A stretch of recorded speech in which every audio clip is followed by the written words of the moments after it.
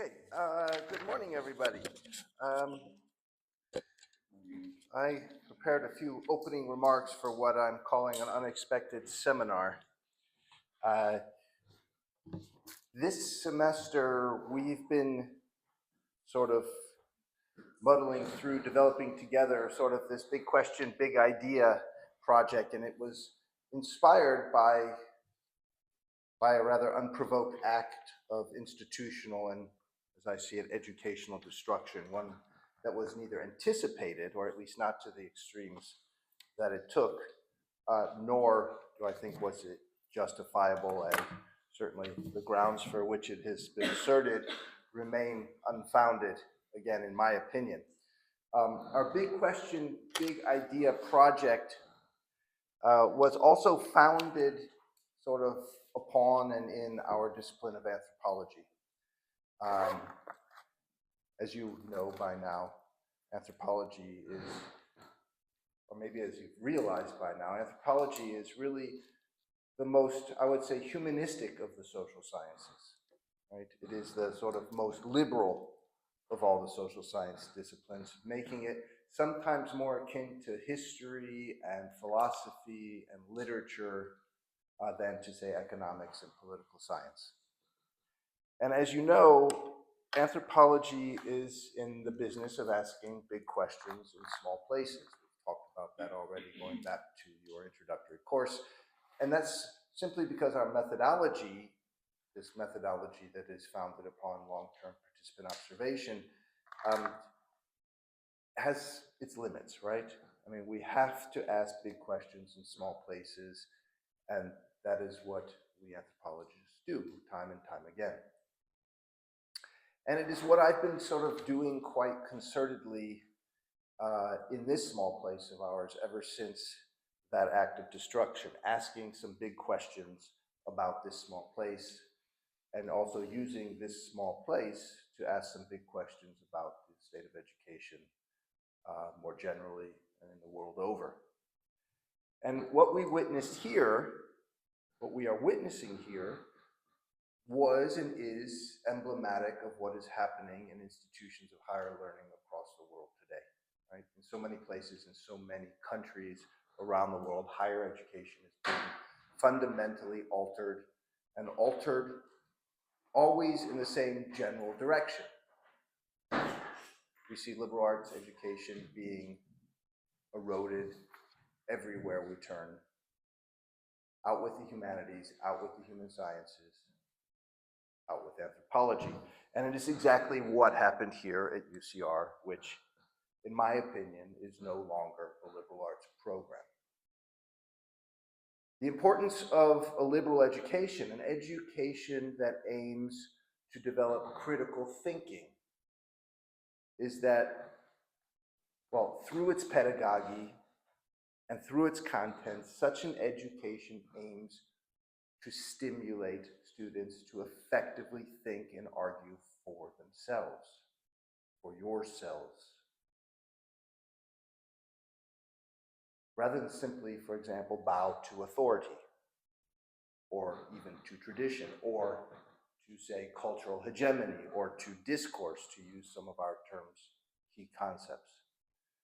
Without critical self-examination, individual people and collectivities become much more susceptible to authoritarianism, and also much more susceptible to, say, groupthink, to crowd thinking.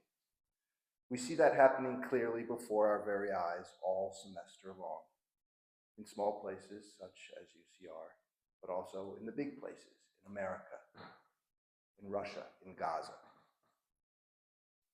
A liberal arts education, and anthropology as a critical part of that, is essential to holding our leaders accountable.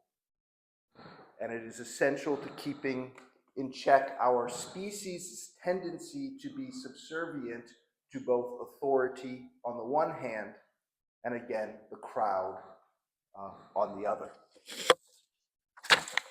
A liberal arts education is essential to creating and sustaining democracy, to building societies that can figure out how to accommodate difference, yet to still prosper together. And today, the ability to think critically for oneself and to be able to argue one's position effectively in a reasoned and in a reasonable fashion is being actively underdeveloped. Right? Our ability to teach these necessary skills for democratic and global citizenship is being compromised primarily because we are so busy striving to maximize economic growth.